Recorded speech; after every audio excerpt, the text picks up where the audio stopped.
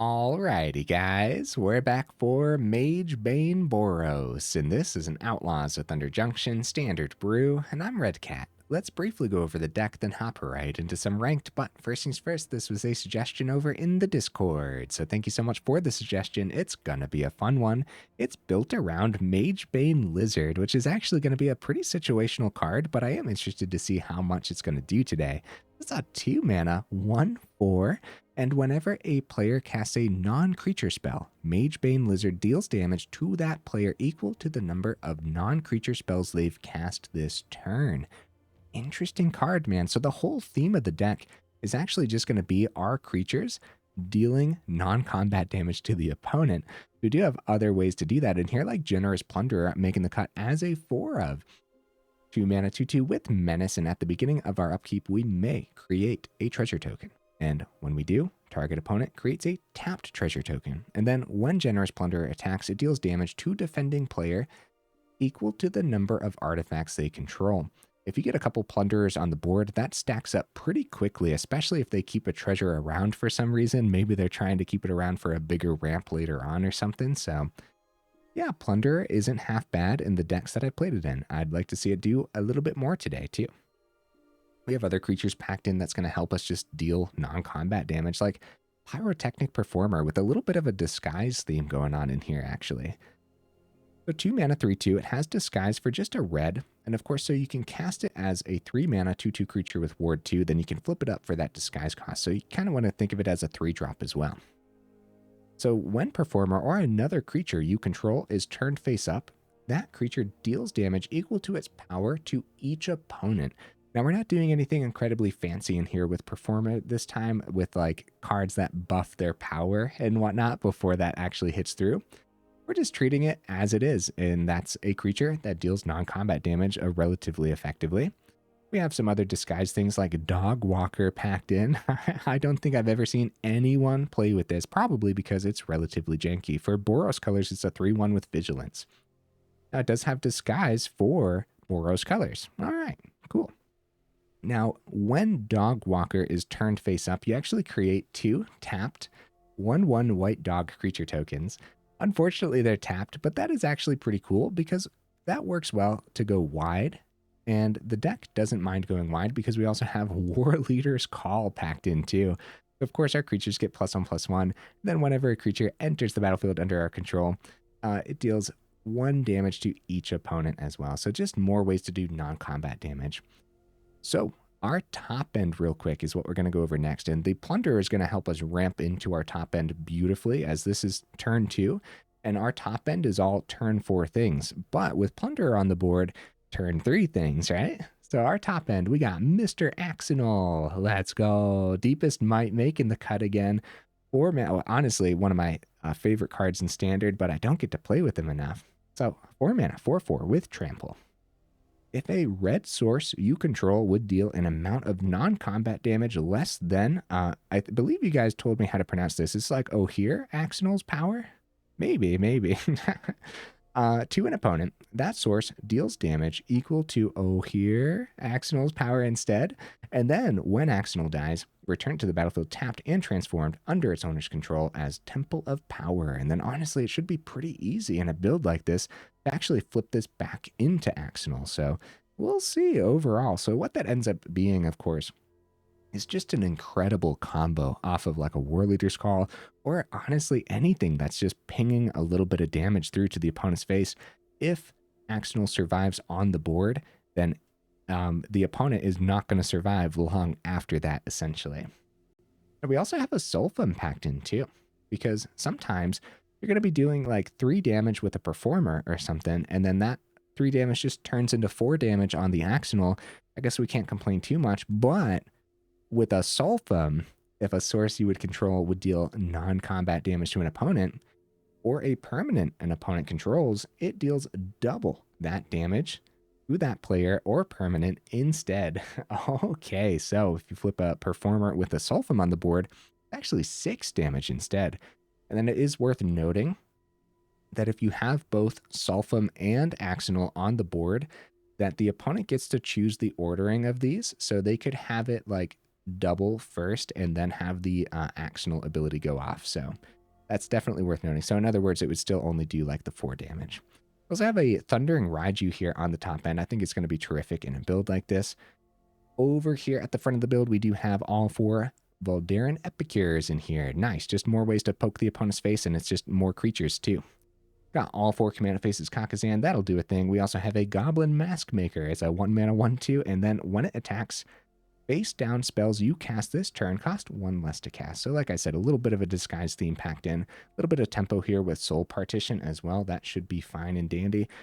Opting for the fast land here, we got the Forge and the Vantage. Noteworthy things, Restless Bivouac made the cut, Mirrex made the cut, Crucible, of course, Seed of the Empire, heavily leaning towards the mountains, because that's what the deck is heavily leaning towards. Over in the sideboard here, I have some honorable mentions. Expose the Culprit. We probably don't have enough face down things in here. It's just a very small disguise theme. And then I also considered Vengeful Tracker, because that could be really neat to pair with the Plunderer, but not this time around. Okay, guys, I do my damnedest to save the more in-depth discussion for the end of the video. Sometimes I fail, like I did here.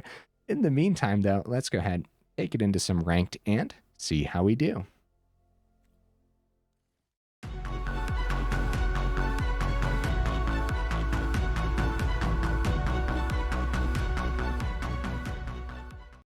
Right into that first game. All right.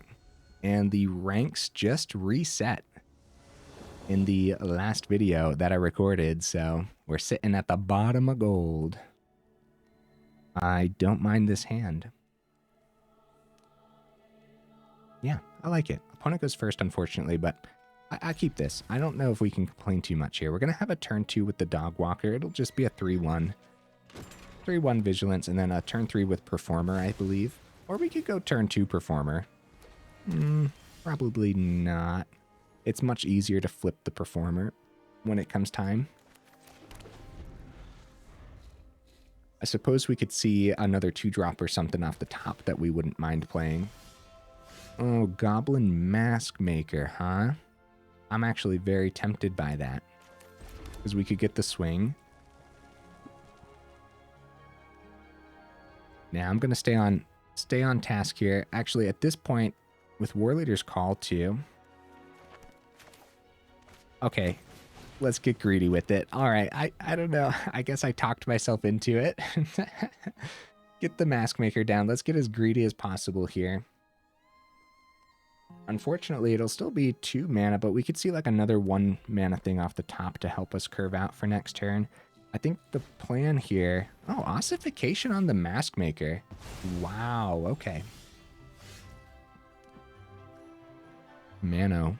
Well, seeing things in a little bit of an awkward order. That's not terrible, though, I suppose. Former has the ward. Warleader's Call could come down first, I suppose.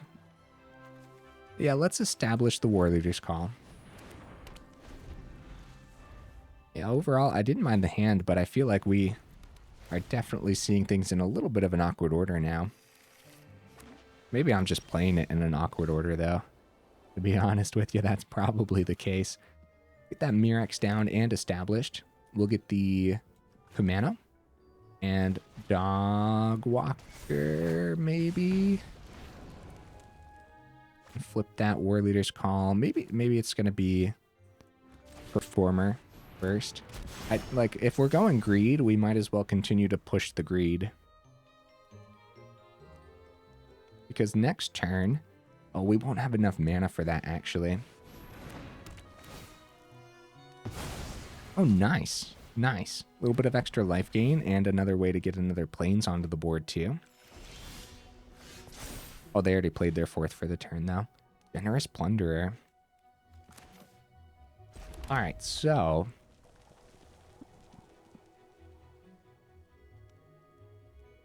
So we can play... So we do have the swing here, too. That trades regardless. So if we go Dog Walker face down, we do have the 2 to turn it face up. It's also a 3/3. But I think I'd rather turn this one face up. This is a board wipe style of deck, do you guys suppose? Well, We've been doing the greed this far. Let's just continue to do the greed. Play the Plunderer. Choose to not accept the trade and just pass it back. And hopefully we don't get incredibly punished. Okay, Companion is not a board wipe. That's good news, guys. They pass it back. I'm going to take that action. Oh my goodness. Axonil off the top. Oh my. Okay, well. I suppose we actually do that then, don't we? They have 3 mana open, unfortunately. With Warleader's Call, this is so much damage. We still have 2 mana available. And what we end up doing, instead of flipping the Performer, we actually flip the dog here because we use our treasure. The Dog Walker. Warleader's Call. Axonil pops off. Opponent's down to 1. Oh my goodness. The greed paid off tremendously there. How insane was that? Axonil off the top was... Oh man. Woo! Well, at that point, we just can't ask for much more. Everything in the deck did the thing very nicely. Once you see the Axonil, if you already have Warleader's Call established, then it's just an absolutely deadly threat. Like, they didn't have spot removal for it there or anything, so that was something else, huh? Let's see if we can keep that ball rolling. All right, opponent, what you bringing to the table, buddy?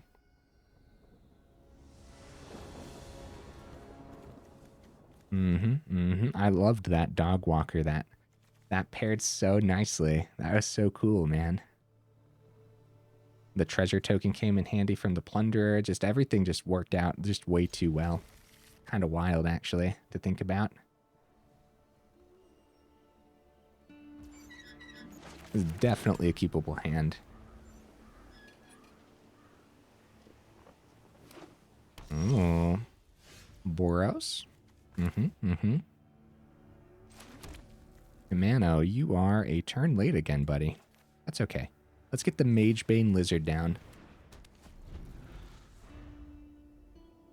Maybe we'll be up against some control here or something, right? Some Jeskai control. Human. Oh no, Magebane probably isn't going to do anything. Let's get the, yeah, I guess we'll maximize greed again, right? Get the Performer down. Guess we had a swing here, didn't we? I should have swung first. That's okay. We should cheese the 1 damages through while we can, because it all does matter. For sure. Getting Kumano down and getting that to flip a little sooner could have been good for the turn. I think that's what we do next turn. Get Dog Walker down as a ward. Still got 2 mana here. It could be... Okay, they got Gleeful Demolition. Luckily, Magebane does a bit of damage to them. That's cool. They still have Cavern. It's going to be a Convoke, though. So Soul Partition is not that great against Knight Errant Avios. Just costs 2 more to cast. Honestly, that'll probably just... Yeah, I don't think that would hold them up at all. They find another Knight Errant and drop a Warden of the Inner Sky. Probably put a counter onto it. I don't see a reason why they would be scared of our current board state by any means. Generous Plunderer.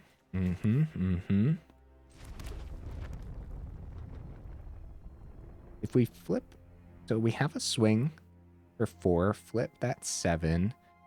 We could play Plunderer for the turn, have Soul Partition open for tempo next turn. We could easily die next turn. The opponent's wide enough. They could play a mana, play a 1-drop, play an Imodane's Recruiter. If we don't have blockers back, I guess the Plunderer acts as the blocker. Let's go for it. Let's do this. Full swing. Flip you. Get that damage through. And then, oh, we won't have Soul Partition open. I guess if we play Kumano, we will. Well, that's not going to be great. Uh-oh. Well, it is what it is. Let's just, we're also going to be taking Magebane damage and damage from our Pain lands, too. It is what it is. Let's do it. Let's do it. Ow, my face. All right, all right. Let's see. Let's see an opponent. At 18, they don't even need to play a 1-drop. They could just drop the Recruiter. Uh-oh. Uh-oh. We got a 1, 2, 3, 4, 5, 6. That's 12, right? 18. GG opponent. 110% my fault there, right? So one thing, we didn't have to swing. We could have kept a blocker back, especially with the Magebane. We knew we were up against Boros too. I don't know. Even if we kept a blocker back, we probably weren't getting through. We still had a pretty fun swing there as well. Just taking the 1 damage, we got punished for having the Magebane on the board. 1 damage from the Kumano, and then 1 damage from the Forge was enough to actually do us in. So, kind of my fault. But even if we would have played around it a little bit more, I think they were going to have that match regardless. They had a really, really powerful setup. If I would have not flipped the Performer, played the Plunderer, kept the Soul Partition, we could have probably survived 1 more turn, and then that probably would have been it anyways. The opponent probably could have had another really powerful full swing. There we go, the order we like to see things. Kumano, turn 1. I'll tell you what, Kumano into a Lizard, a 2/5 for 2 mana is actually just really good stats. Kumano doing a lot for us here. Kind of Bones joins up. But my double Magebane. I'm gonna keep my double Magebane. I guess we'll just see more mana when it comes time. Hey, there we go. There we go. This is gonna be fun. Double Magebane against what could possibly, like they could be very possible that they just get continuously punished here. They go ahead, take the Warleader's call. Kumano flips Epicure.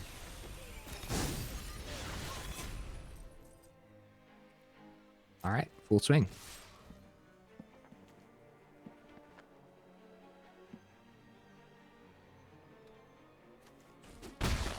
Down to 15, play everything, right?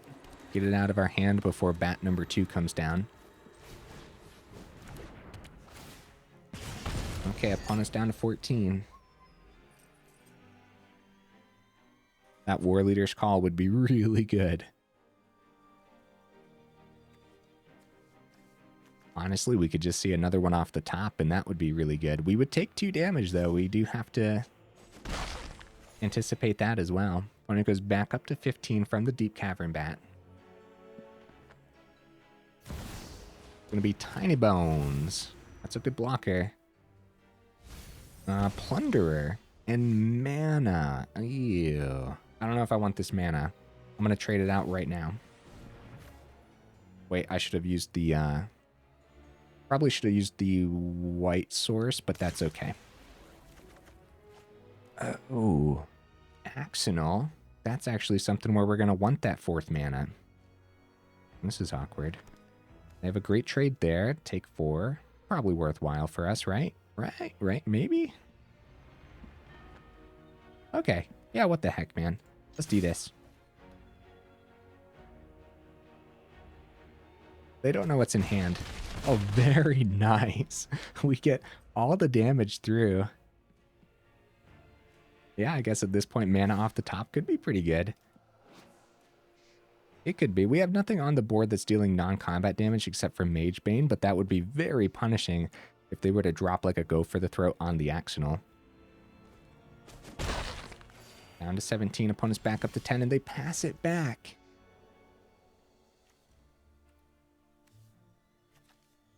Gatekeeper pick up a land could be wild. All right, full swing. See where they block. They do decide that the Magebane Lizard is worthwhile. Removal. A little bit of extra damage from the Magebane Lizard, but the etching doesn't get through. It's actually the same amount of damage then. All right, Gatekeeper, and now we punish them every time they play a mana. All right. I don't know what we want to see to get that last 6 through, but at some point, this could be tricky. With only 2 mana on the opponent's board, that's pretty brutal, punishing them for playing extra mana when they do see it. They decide it's definitely not worth the block with the Deep Cavern Bat. Removal for the Gatekeeper means another damage from the Lizard. We only got 2 on board, guys. We definitely need to see more to get this through. All right, mana for the Axonil. I don't mind seeing that at all. Let's get that down. I guess we could have waited till after combat too, but that's fine. Get the big creature on the board as soon as possible. That's what my brain told me to do. Unfortunately, the opponent isn't finding mana. Yeah, GG opponent. Would have been awesome if they actually could have found their 3rd. And that way we could have actually put the deck to its absolute limits, right? What I'm getting at, of course, is it's always good to actually play the game of Magic, not just have the opponents miss land the whole time. Although it's nice to win too, don't get me wrong. Yeah, a deck like that probably could have put up quite a fight. The bat taking the Warleader's call was actually just huge for them. Good stuff. They probably could have survived another turn easily. They had the chump into the Axonil. We were out of cards, didn't have anything else in hand. Okay. Sure. Okay. Let's see. I guess we go turn 1 Epicure. Turn 2 Bivouac Epicure, right? Get these established.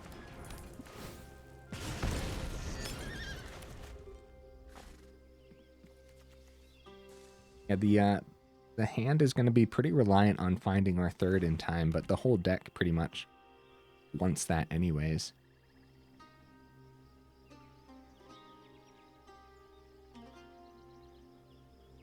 A swamp from the opponent. I would say keeping the cut down for our turn would be more beneficial, if that's what they're thinking about. It'd also be a duress style deck. We're seeing a lot of mono black discard recently, and some Orzhov discard too, which is interesting. Okay, Axonil off the top. Let's start with the swing.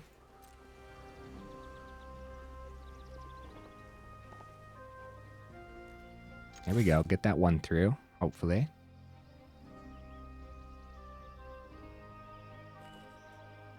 Maybe. Opponent? What is it, opponent? What do you got? It's got to be a cut down, right? They take the 1, drop the Epicure. Land off the top would be huge. Land off the top for the next 2 turns would just be like, holy cow, you know? That would be drawing a little bit too well at that point, because of everything else that's in our hand right now. Swamp. Bronco. Warleader's call number 2. Okay. Could start with that. That's going to be really good when it comes time. I think we can cheese these 2 through. Maybe not, though. Maybe not. I'm going to get rid of Performer. Call me crazy. I want to see that land as soon as possible. Let's use these blood tokens to find it. Magebane. Call me crazy. I want to find this mana as soon as possible. There we go. All right. Get that Epicure down. We're saving him back. I decided that we can't cheese this through. I'm pretty sure they block regardless of what we had open here. Yeah, I think so. Okay. Punisher comes down. Bronco's crewed up. They go for that swing. They get a go for the throw off of it. Do we double block? No. We take the 2. Okay, there's our 4th mana. So we could start with the Axonil, but it probably, I mean, go for the throw immediately. So we wait. We play Warleader's Call. We keep Crucible as utility for now because we could see more mana off the top. And then Crucible generating the 1/1 tokens would be really good with the call on the board. All right, I guess technically the opponent could kill us this turn off the Bronco. So I guess we'll see. 1 Epicure down.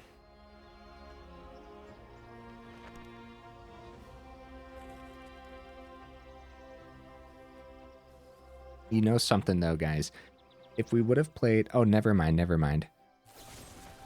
Okay, they go for the throw. Epicure number 2 down.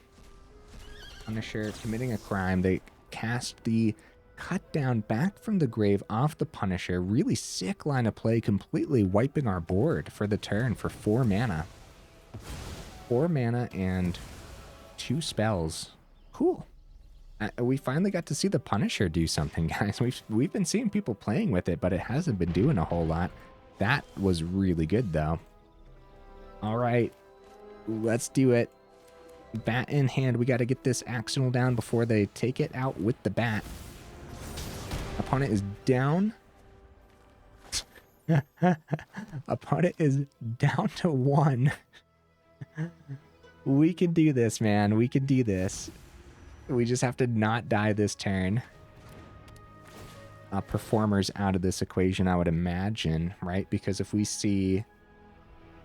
No, we have 4 mana on the board. I don't know what I'm thinking this game. Yeah, deep Cavern Bat. Take the Performer for sure. Because what Performer does for us is, no, first of all, if they remove Axonil and we play a creature... Oh, what ended up happening there? Look at target opponent's hand.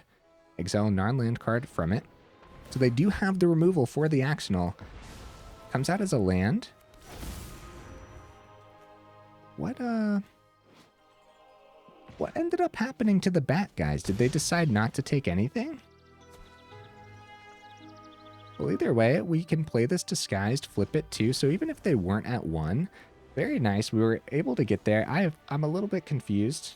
Let me know in the comments what this was about. You may exile a non-land card, so they decided not to? Maybe on accident? Misclick?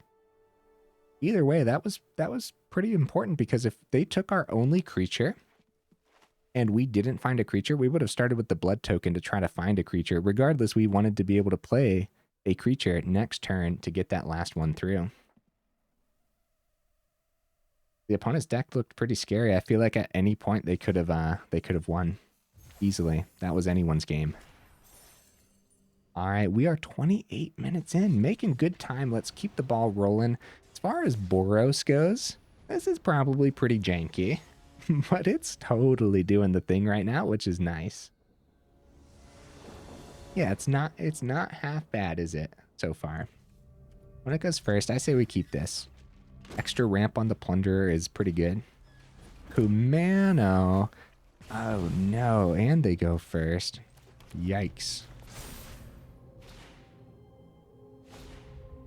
With Spear. Mountain. Monstrous Rage. Play with Fire. Oh, Monstrous Rage. Okay, okay. That's a pretty big couple turns for the opponent. Next turn, Kumano flips, and we are just awkwardly playing... Wait a minute. Magebane Lizard off the top. That blocks pretty well. Maybe. It maybe blocks pretty well. The extra ramp on the Plunderer could be pretty good too, though. All right, Magebane Lizard. I say that's a pretty good draw against what we're up against. If we went first, for example, they would have already taken a couple damage off the Lizard. Monic Ruckus getting established. Oh, crap. Wherever the Monstrous Rage number 2 goes, it kills the lizard. But if it's not Monstrous Rage and it's like Lightning Strike, well, they could still kill the lizard if they target it, but they probably want to target face. Swift Spirit becomes a 4/5, kills the lizard. All right, let's try the Etching then. I think that would be the better bet. It is going to be a Lightning Strike to the lizard, actually. Going down to 9. What do we want to do here, guys? Oh my. This is going to be tough. Maybe it's Dog Walker. Those are tapped dogs, though.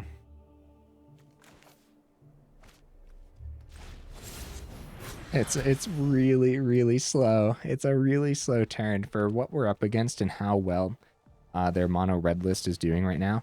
Wow, Scorching Shot. 5 damage to target creature. Takes care of the walker. They pay it without any worries, bringing us down to 1. There is no possible way of coming out of this one alive, right?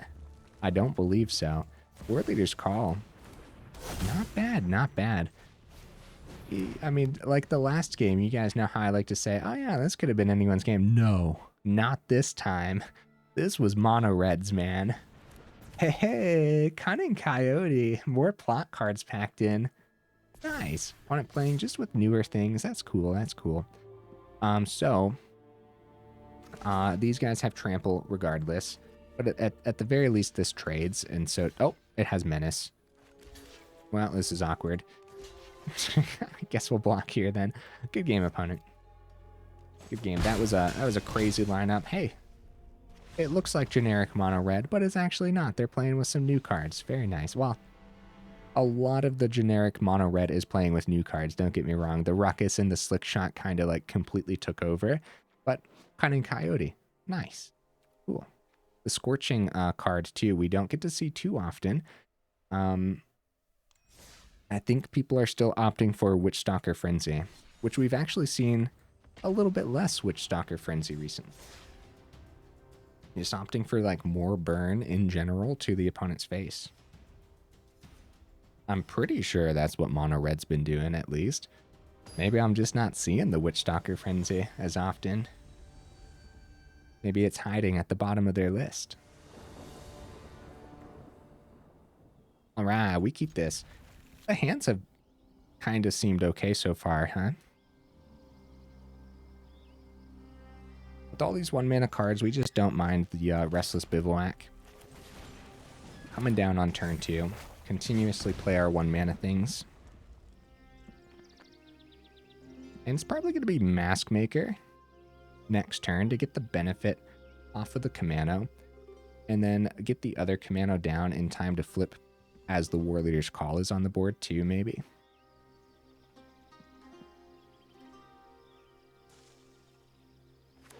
Opponent plays a Plains with a Skrelv.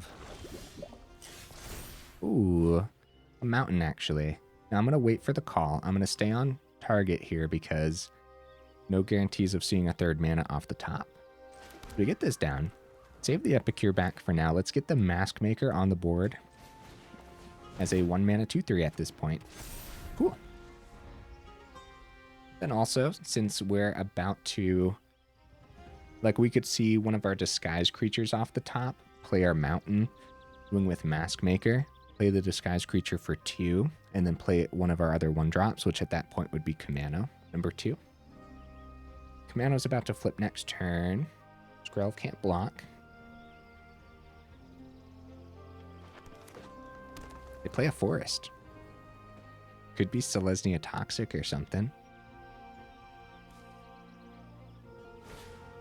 Gonna be Spirited Companion.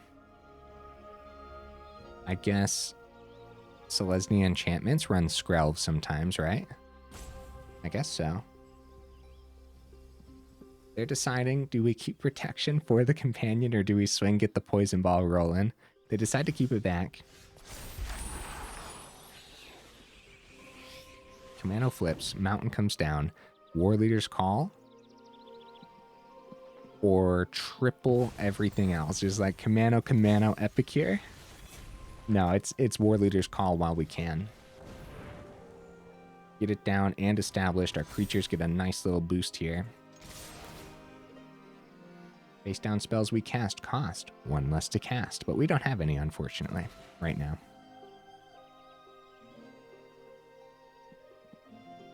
Companion's the only blocker. Skrelv cannot block. They do end up chumping here. Taking 3 with the etching. They're looking at their hand.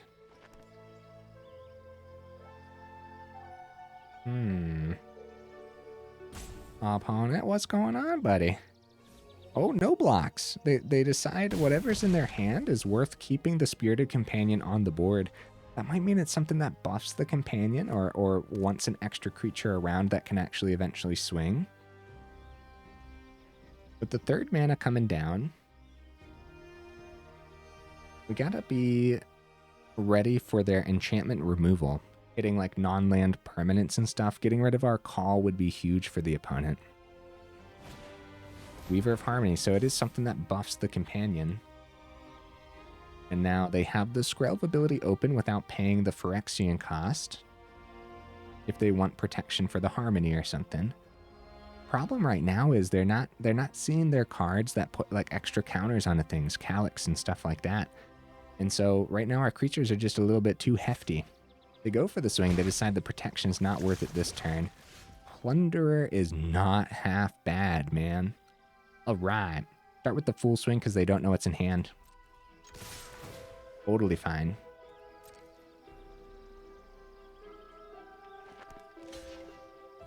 They go for the chump. Down to 10. I'm gonna say flipping these Kumanos as soon as possible is worth more than trying to get the Plunderer down here. What do you guys think?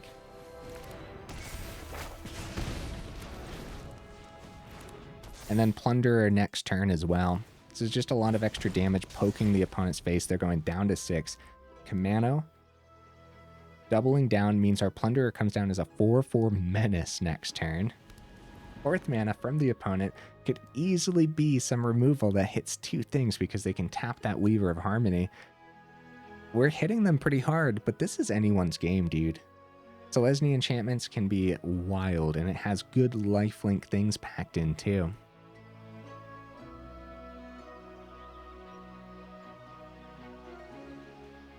They're checking out the Kumanos. White source off the top could mean we could power up Restless Bivouac as well, which could be really good if they don't remove our creatures. Yeah, they're definitely stuck in a rough position here if they don't have removal. But like Ossification, tap the Weaver, pick up the Maker, pick up the Etching #1, and just leaving us with an Epicure would be really, really good for them. Visitor first, they still have enough mana. For an Ossification, it's going to be Catilda, 3/3 lifelink. Terrifying, dude. Magebane Lizard. That's not bad. Which one's better, though? Probably the Menacing Plunderer. But at this point, the Magebane Lizard could do a little bit. It could. But Generous Plunderer probably does a little bit more. There's no guarantee that they're actually going to play non-creature spells next turn. Although that could be what they're establishing here. Could also be the first card that they end up hitting. With them not knowing what's in hand, we probably start with the swing. And see where they block. And keep the Epicure back. Because we don't want them to block with Catilda unless it's a trade. With them not knowing what's in hand, though, I guess it could be... No, yeah, they block the Epicure with Catilda because they're getting too low regardless.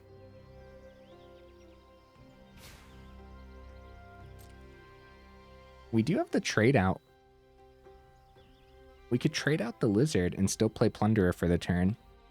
Probably should have done that before combat, because it might have affected combat.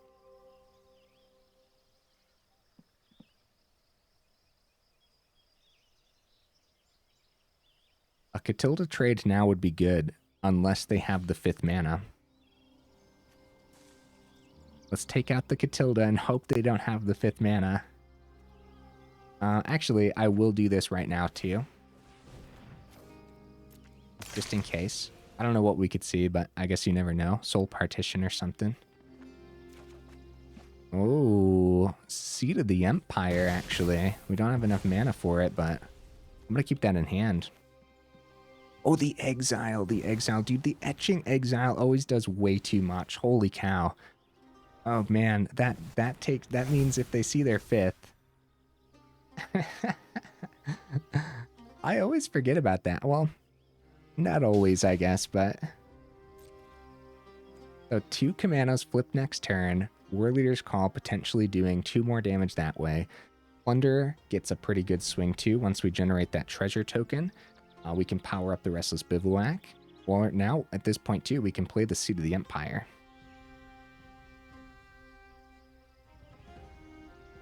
Gotta be removal soon enough.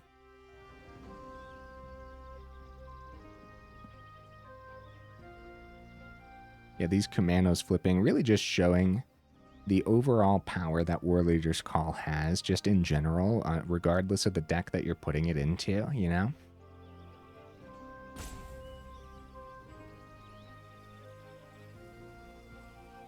Of course, Kumano faces Kakkazan always shows off its power.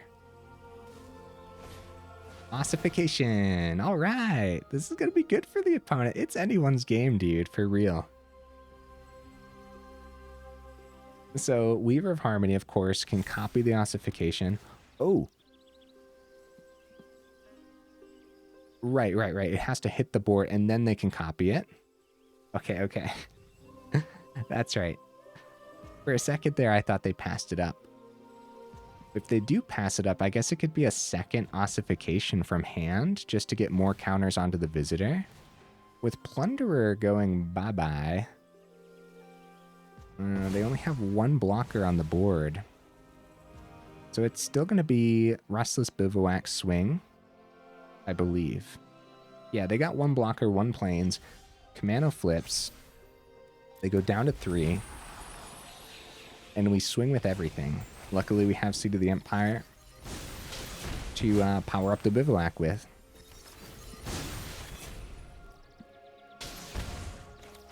And we completely play it out because we don't know what that 1 plains could be. GG opponent. Total deck win rate today, 66% for some reason. Oh my goodness. That's something else, huh? Yeah, we're going to completely play it out because I guess that 1 plains could have been something fancy, like an Elspeth Smite or something, right? So, guys, let's go ahead, go over the deck list again. Magebane Boros. Cool stuff, man. Magebane Lizard. I would have liked to see it do more today. Of course, pairing this with something like the Axonil or the Solphim would have been awesome, but overall, it actually ended up punishing us quite a bit too, as we don't have too many non-creature cards packed in, but Warleader's Call, Kumano, and the Soul Partition equals 10. The rest is creatures, and all these creatures are just trying to do extra non-combat damage to the opponent's face as they're swinging, like Thundering Raiju, like the Generous Plunderer as well. Lizard, of course, does that. Non-combat damage to the opponent's face too. Performer, Dogwalker doesn't, but it pairs so nicely with the Warleader's Call and the Performer. These being 3-mana cards, you know, it changes the curve a little bit, makes the curve look like this, which is actually pretty nice, isn't it? That's a really nice, gentle curve. 23 mana felt perfect in here. A lot of things. Why did I put the mountains over here, guys? What on earth? Anyways. Yeah, nice gentle curve still. Beautiful. Okay, 23 mana felt completely fine. Plunderer felt good. Epicure felt good. This is like one of those things where you see Epicure in the Warleader's Call list, but that's also because they run Gleeful Demolition, but we didn't want to do that today because we don't want to get too punished off the Magebane Lizard and whatnot. Overall, neat list. I'm surprised at how well it performed, too. It just really knew how to get damage through quite effectively. We drew really well and probably got lucky in quite a few of those, I would say. Honestly, not much to say. I think the deck kind of spoke for itself in a lot of those things. What would I add or take out? No idea. It performed well enough for me to say I'm not going to change anything. But what would you guys add or take out? Definitely let me know in the comments. And while you're down there, check out that description. We got that Discord link there, as well as that Patreon link too, if you're interested in joining that up and supporting the channel that way. Okay, guys. Is there anything else? It was really sick flipping that dog walker, getting a couple dogs, and just dealing all that excess damage with the Warleader's Call and the Axonil on the board in that first game. You just can't ask for much more than that. Or second game? Second game? One of the first games, right? I really like this concept of having this top end that we can ramp into off the Plunderer too. It just seems really powerful. Okay, guys, I think that's it, surprisingly. Yeah, definitely let me know if you enjoyed this one in the comments. And hey, if you made it this far into the video for real, y'all are champions. I will see you in the next video.